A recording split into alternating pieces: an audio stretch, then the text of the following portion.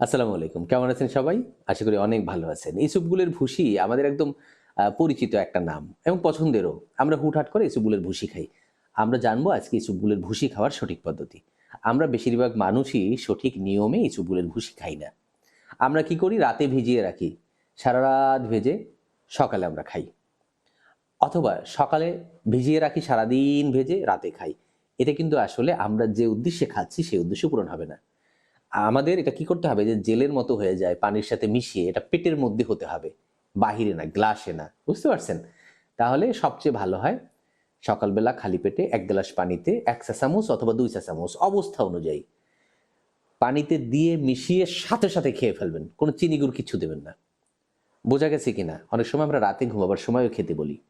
আপনি যেকোনো এক টাইমে খেতে পারেন। এটা হচ্ছে ইসবগুলের ভুসি খাওয়ার একদম পারফেক্ট পদ্ধতি। আপনি যদি সারারাত ভিজিয়ে রাখেন, সারাদিন ভিজিয়ে রাখেন, তারপরে ইসবগুলের ভুসি খান, তাহলে আপনি কোনো উপকার পাবেন না। আর আমি ডাক্তার ফাইজুল হক, আমার ছবি ভিডিও দিয়ে অনেকেই প্রতারণা করতেছে।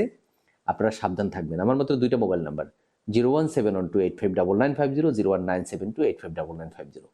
এছাড়া আমার কোনো নাম্বার নাই। সতর্ক থাকবেন, ভালো থাকবেন। আল্লাহ হাফেজ।